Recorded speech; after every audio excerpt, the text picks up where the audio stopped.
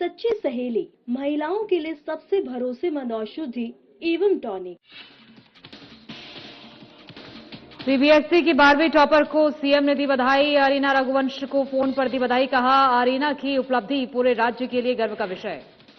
Dehradun motor मार्ग पर चल रहे मरम्मत कार्य का स्थलीय निरीक्षण। मंत्री गणेश जोशी ने किया स्थलीय निरीक्षण। संबंधित विभागीय अधिकारी को दिए निर्देश।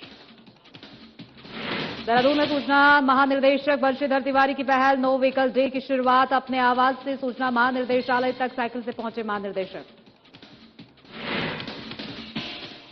चारधाम यात्रा मार्ग पर चला अतिक्रमण हटाओ अभियान। एसएसपी के निर्देश पर मुनिकीरेती पुलिस ने चलाया अभियान। चारधाम यात्रा मार्गों को किया गया साफ। रुड़की में 3 वर्षीय मासूम के अपहरण का खुलासा। पुलिस ने 3 वर्षीय मासूम को सकुशल किया बरामद। तंत्र मंत्र और जादू टोने के लिए किया गया था अपहरण।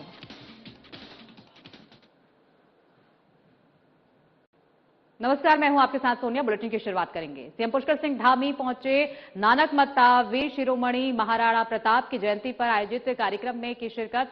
आइए अब आपको सीधा लिए चलते हैं गुरु नानक इंटर कॉलेज मैदान नानक मत्ता, जहां सीएम धामी कार्यक्रम में उपस्थित जनसमूह को संबोधित कर रहे हैं।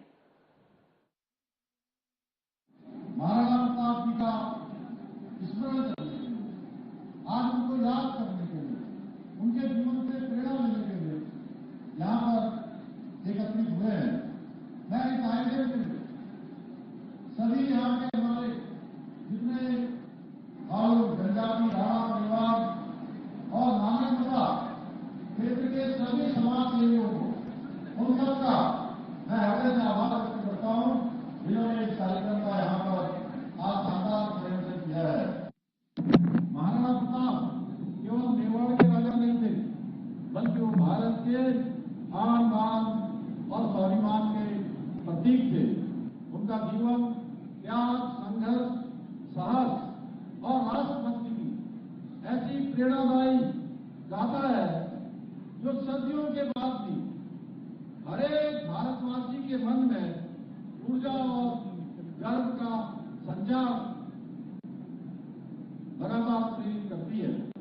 मातृभूमि की रक्षा के लिए उन्होंने जिन कठिन से कठिन परिस्थितियों का सामना किया, लेकिन अपने स्वाभिमान से कभी समझौता नहीं किया। महाराणा प्रताप का जीवन हम सभी को प्रेरणा देता है कि राष्ट्र और संस्कृति की रक्षा के लिए संघर्ष कितना भी कठिन क्यों न हो, हमें अपने सिद्धांतों से, हमें अपने मूल्यों से, हमें अपनी संस्कृति से, हमें अपने धर्म से कभी पीछे नहीं हटना चाहिए। उसके लिए अनवरत रूप से संघर्ष करना चाहिए, जिससे आने वाली पीढ़ियां हमेशा हमारा स्मरण करें, हमेशा हमको याद करें। भाइयों बहनों, थारू समाज के रीति रिवाज, लोक संस्कृति, लोकगीत, पारंपरिक नृत्य और प्रकृति के प्रति गहरा जुड़ाव हमारी अमूल्य धरोहर है। आप सभी ने न केवल अपनी जड़ों से, संस्कृति और परंपराओं से आज भी पूरी निष्ठा और पूरी मौजूदगी के साथ, मजबूती के साथ उसको संजोए रखा है। वो इस आधुनिक युग में हम सभी के लिए, अन्य समाज के लिए कहीं न कहीं एक प्रेरणा देने का काम करता है। भाइयों बहनों, आज आदरणीय प्रधानमंत्री श्री नरेंद्र मोदी जी के नेतृत्व में जनजातीय समाज के उत्थान के लिए, उनके उत्कृष्ट होने के लिए, उनके उन्नयन के लिए, उनके सम्मान, स्वाभिमान और समग्र विकास के लिए अनेक ऐतिहासिक कार्य पहले भी प्रारंभ किए गए हैं। आदरणीय प्रधानमंत्री जी का स्पष्ट दृष्टिकोण है कि विकास का लाभ समाज के अंतिम छोर पर खड़े हुए व्यक्ति तक पहुंचना चाहिए। हर उस व्यक्ति को मदद मिलनी चाहिए जिसको मदद की आवश्यकता है, और यही सच्चे अर्थों में सुशासन है। इसी सोच को धरातल पर उतारते हुए आज पहली बार देश में जनजातीय समुदाय के लिए अनेक कामों को आगे बढ़ाया गया है। चाहे आज हमारे बच्चों के लिए जनजातीय एकलव्य मॉडल आवासीय विद्यालय हो, प्रधानमंत्री जनजातीय उन्नत ग्राम अभियान, वन धन योजना है, प्रधानमंत्री जनजातीय विकास मिशन तथा कृषि और पशुपालन से जुड़ी हुई अनेक योजनाओं को प्रभावी रूप से आज देश के अंदर लागू किया गया है।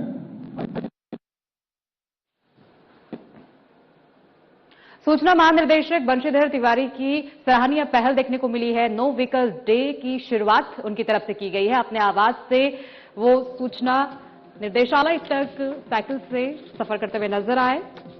सूचना निर्देशक बंशीधर तिवारी की पहल नो व्हीकल डे की शुरुआत सहस्त्रधारा रोड स्थित अपने आवास से रिंग रोड सूचना निर्देशालय तक साइकिल से पहुंचे महानिदेशक बंशीधर तिवारी।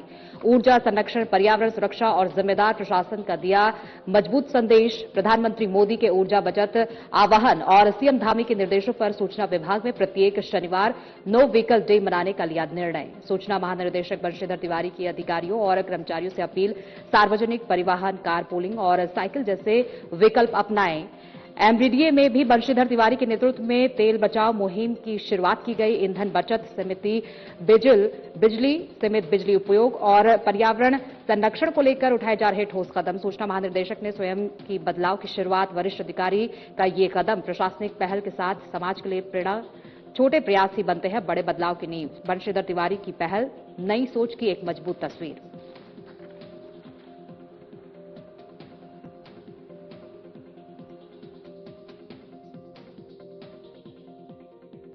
देखिए, माननीय प्रधानमंत्री जी ने अपील की देशवासियों से, फिर माननीय मुख्यमंत्री जी ने भी सभी से अपील किया। जो पश्चिम एशिया का संकट चल रहा है, आप सभी को अवगत हैं उस सारे घटनाक्रम से।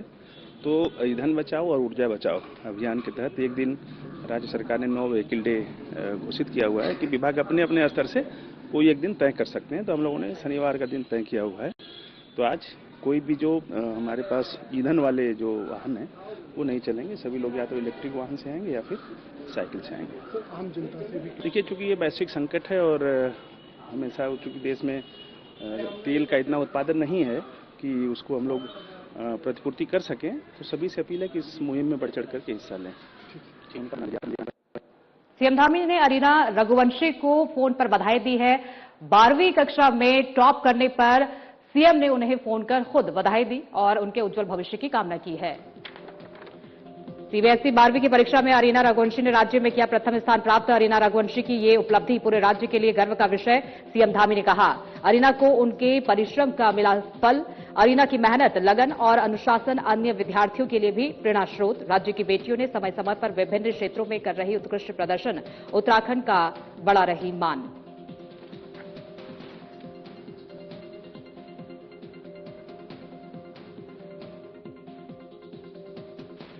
Arena, hello.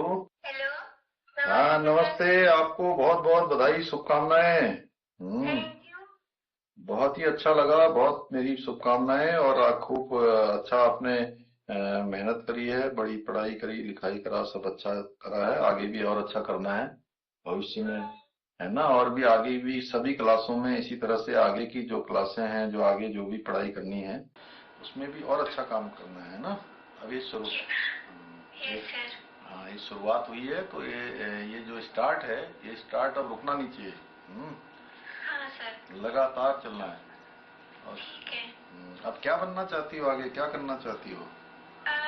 सर मैं आगे क्या कहते हैं, लॉ करने के बाद यूएन या यूनेस्को में मतलब इंडिया को रिप्रेजेंट करना चाहती हूँ।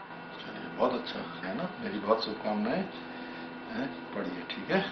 ठीक है सर। सबको अपने घर में भी सबको मेरी तरफ से सबको कहिएगा, है, सबको बधाई दीजिएगा। हाँ सर। सर आप मुझे आपसे मिलने का एक बार मौका मिल सकता है? हाँ, क्यों नहीं। कभी भी 5 मिनट के लिए। हाँ, बिल्कुल बिल्कुल, है ना। ठीक है sir, thank you. Thank you, thank you. वक्त हो गया एक छोटे से ब्रेक का। ब्रेक के बाद फौरन लौटेंगे, बन रहिए हमारे साथ।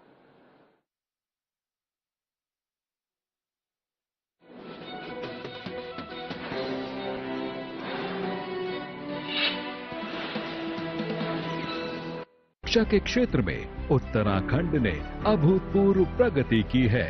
प्रदेश सरकार ने राज्य में राष्ट्रीय शिक्षा नीति 2020 लागू करते हुए शिक्षा व्यवस्था में क्रांतिकारी सुधार किए हैं। 840 राज्य के विद्यालयों में हाइब्रिड मोड में वर्चुअल एवं स्मार्ट क्लासरूम का संचालन, 141 पीएम श्री विद्यालय और नेताजी सुभाष चंद्र बोस आवासीय विद्यालयों की स्थापना की जा रही है। स्कूलों में खेल के मैदान, स्वच्छ पेयजल और लाइब्रेरी के साथ साथ प्रयोगशालाएं उपलब्ध। कक्षा 6 से 12वीं कक्षा तक के मेधावी छात्र छात्राओं को मुख्यमंत्री मेधावी छात्र प्रोत्साहन छात्रवृत्ति योजना के तहत हर महीने 600 से 1200 रुपए तक की छात्रवृत्ति देने का निर्णय हो, या आपदा, महामारी एवं दुर्घटना के कारण अनाथ बच्चों की शिक्षा की व्यवस्था करना हो, मुख्यमंत्री पुष्कर सिंह धामी के नेतृत्व में उत्तराखंड सरकार बेहतर शिक्षा से छात्र छात्राओं के भविष्य को दे रही है मजबूत आधार। विभिन्न छात्रवृत्ति योजनाओं की सफलता से नौनिहालों में साक्षरता, उच्च शिक्षा और कौशल विकास में शानदार सुधार हो रहा है। माध्यमिक विद्यालयों की संख्या में 52% की बढ़ोतरी। प्रदेश में माध्यमिक विद्यालयों की संख्या बढ़कर हुई 5,288, इंटर कॉलेज बढ़कर हुए 3,801, डिग्री कॉलेज हुए 124, पॉलिटेक्निक की संख्या 71, ITI 238, इंजीनियरिंग कॉलेज 29 हुए।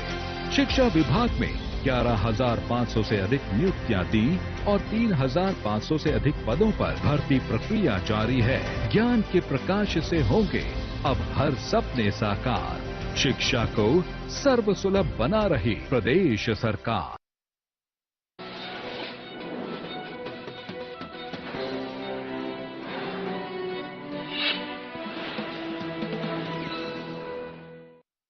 ब्रेक के बाद एक बार फिर स्वागत है। खबरों में आगे बढ़ेंगे। कैबिनेट मंत्री गणेश जोशी ने अनारवाला मालती मोटर मार्ग पर चल रहे मरम्मत और सुधार कार्यों का स्थलीय निरीक्षण कर कार्यों की प्रगति का जायजा लिया। निरीक्षण के दौरान उन्होंने संबंधित विभागीय अधिकारियों को कार्यों में तेजी लाने और गुणवत्ता का विशेष ध्यान रखने के निर्देश दिए। निरीक्षण के दौरान कैबिनेट मंत्री गणेश जोशी ने संबंधित अधिकारियों को निर्देशित करते हुए कहा कि सड़क मरम्मत कार्यों में तेजी लाई जाए, गुणवत्ता से किसी प्रकार का समझौता न किया जाए। उन्होंने कहा कि ये मार्ग क्षेत्रवासियों के साथ साथ पर्यटकों और दैनिक आवागमन करने वाले लोगों के लिए भी महत्वपूर्ण है, इसीलिए सभी कार्य तय समय सीमा के भीतर पूर्ण किए जाए। कैबिनेट मंत्री गणेश जोशी ने वन विभाग के अधिकारियों को निर्देश दिए कि बरसात के मौसम को देखते हुए संभावित जोखिम वाले स्थानों को चिन्हित कर समय रहते आवश्यक कार्रवाई की जाए। मंत्री जोशी ने अधिकारियों को निर्देशित करते हुए कहा कि सड़क किनारे स्थित ऐसे बड़े पेड़ों की लॉपिंग और छटाई तत्काल कराई जाए जो तेज बारिश और आंधी के दौरान दुर्घटना का कारण बन सकते हैं। उन्होंने विद्युत विभाग के अधिकारियों को भी निर्देशित करते हुए कहा कि सड़क मार्ग के बीच अथवा आवागमन में बाधा उत्पन्न कर रहे विद्युत पोलों को प्राथमिकता के आधार पर शिफ्ट किया जाए, जिससे कि स्थानीय लोगों और पर्यटकों को किसी प्रकार की परेशानी का सामना न करना पड़े।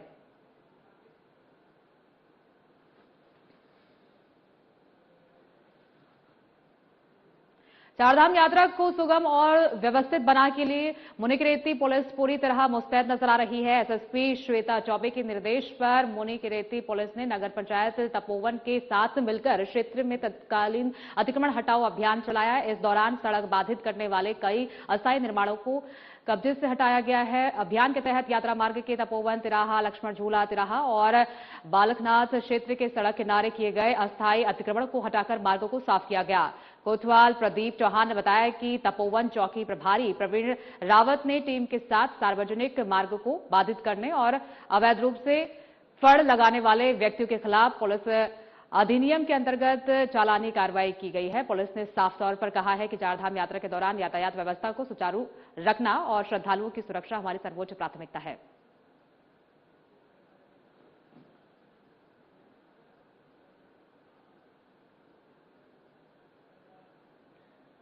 मसूरी में दो युवकों के बीच हुए विवाद और उसके बाद बड़े तनावपूर्ण माहौल के बीच नगरपालिका अध्यक्ष, जौनपुर समाज और वाल्मीकि समाज के वरिष्ठ लोगों की मौजूदगी में दो पक्षों के बीच समझौता कराया गया। बैठक के बाद शहर में शांति और सौहार्द बनाए रखने की अपील की गई। बता दें कि विगत दिवस को पक्षों के बीच जमकर मारपीट हो गई थी, जिसके बाद पर्यावरण मित्रों ने शहर की सफाई व्यवस्था को ठप कर दिया।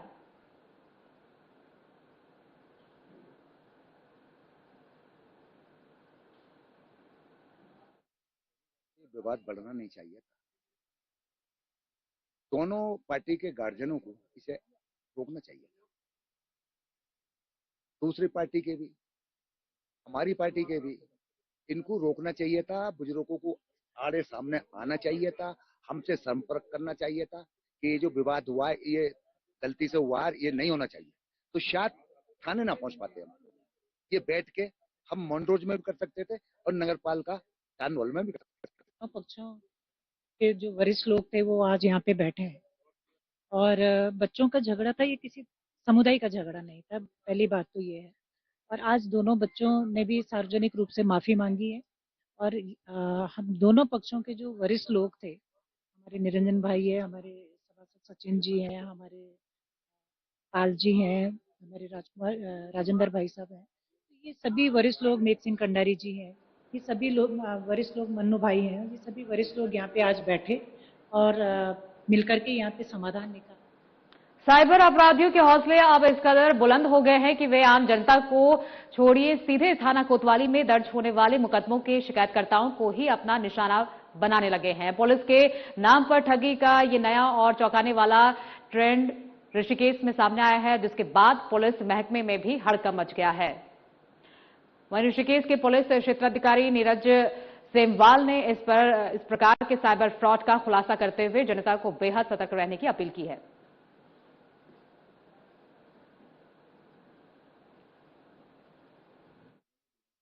ऋषिकेश थाना क्षेत्र में हमें 1 से अधिक शिकायतें प्राप्त हुई हैं, जिनमें थाना कोतवाली में दर्ज मुकदमों में जो वादी है, जो कंप्लेनेंट है, उन कंप्लेनेंट को एक अननोन मोबाइल नंबर से कॉल आता है और जो संबंधित मोबाइल नंबर जो है उन व्यक्तियों से, उन वादियों से पुलिस के नाम पर या प्रोसिक्यूशन के नाम पर पैसों की मांग करता है। संबंधित शिकायतों पर त्वरित कार्रवाई की जा रही है और उक्त मोबाइल नंबर की जब लोकेशन निकाली गई तो मोबाइल की लोकेशन जो मध्य प्रदेश के आसपास कहीं आ रही है।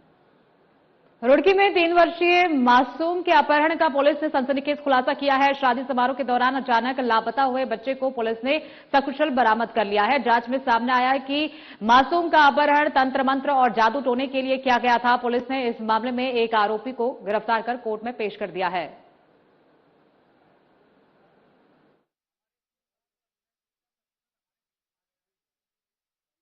में भक्तोवाली एक गांव है जहां पर एक विवाह कार्यक्रम था अमरेश कुमार के यहाँ। तो वहां पर एक बच्चा जो 3 साल का, अमरेश कुमार जी का बेटा जिसका नाम आयु था, 3 साल का बच्चा, वो 4 बजे से मिसिंग था। क्योंकि उनका कहना था शादी का माहौल था, हमने बच्चे को देखा नहीं। करीब 7-8 बजे इनको ये एहसास हुआ कि बच्चा कहीं दिख नहीं रहा है। तो 2-1 घंटा खुद सर्च करने के बाद ये 9 बजे के आसपास थाने में आए कि साहब हमारा बच्चा शादी में। दून पुलिस को बड़ी सफलता हाथ लगी है। कोतवाली कैंट पुलिस ने चेकिंग के दौरान एक महाराष्ट्र नंबर की स्कॉर्पियो कार से बिना किसी वैध दस्तावेजों के ले जाई जा रही 1 करोड़ 55 लाख रुपए की भारी भरकम नगद धनराशि बरामद की है।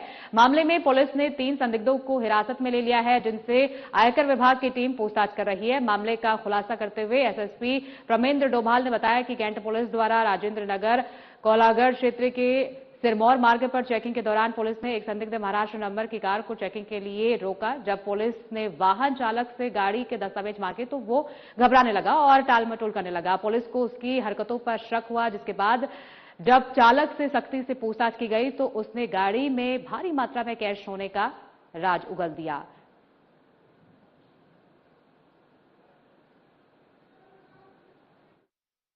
चेकिंग करते हुए थाना कैंट द्वारा एक संदिग्ध वाहन MH12 XT 3245 स्कॉर्पियो को रोका गया।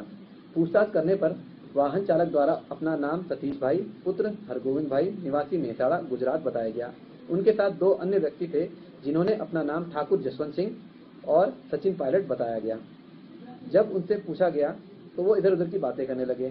सख्ती से पूछताछ करने पर उनके द्वारा बताया गया कि गाड़ी की पीछे की सीट पे एक चैम्बर बनाया हुआ है, जिसमें उनके द्वारा काफी अधिक मात्रा में कैश रखा हुआ है। कैश की इंफॉर्मेशन मिलते ही थाने द्वारा उच्च अधिकारी को बताया गया, जिनके द्वारा आयकर विभाग के साथ समन्वय स्थापित किया गया।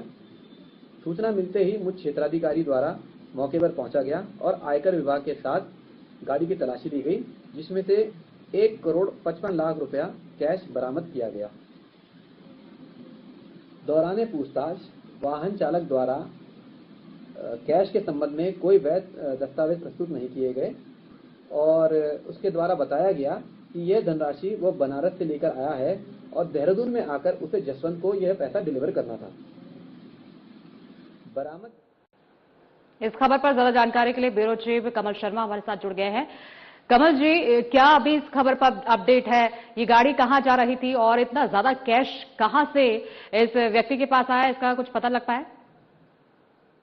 यहाँ एक कहें तो चेकिंग के दौरान एक बहुत बड़ी राशि, लगभग कहें तो इतनी बड़ी भी नहीं पर फिर भी कहें तो बहुत बड़ी राशि है, लगभग 1,55,00,000 रुपए एक गाड़ी में जा रहे थे स्कॉर्पियो में। अगर कहें तो जब चेकिंग के दौरान ये पकड़ा गया जब, और सबसे बड़ी बात यह है कि जब उससे जानकारी ली जा रही थी कहीं ना कहीं इस प्रकार की बातें कर रहा था जिससे पुलिस वालों को कहीं ना कहीं शक पड़ा। और जब सारी बातें निकल के आई तो पता चला कि एक गुप्त उसने सीट के नीचे एक जगह बना रखी थी जहां पर उसने कैश छिपाया हुआ था, और उसके बाद तुरंत इसकी सूचना आयकर विभाग को भी दे दी गई है, वो भी इसकी जांच कर रहे हैं। तो कुल मिलाकर बताया जा रहा है कि बनारस से ये कुछ कैश यहाँ पर आ रहा था। अभी सारी जानकारी जुटाई जा रही है। अब इनकम टैक्स के पास, आयकर विभाग के पास चला गया, वो भी जानकारी जुटा रहे हैं। तो कुल मिला के अगर कहें तो इसमें नकदी भी कब्जे में लेगी है, कुछ लोगों को भी कब्जे में ले लिएगा, और कहीं ना कहीं यह पता लगाया जा रहा है कि जो पैसा किस वजह से यहाँ पर आरोप दिया जा रहा था,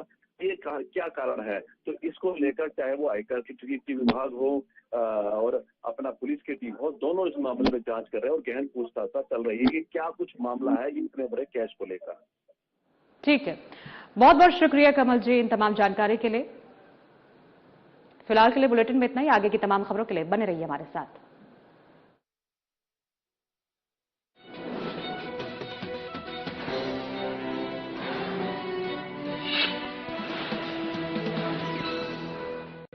प्रदेश सरकार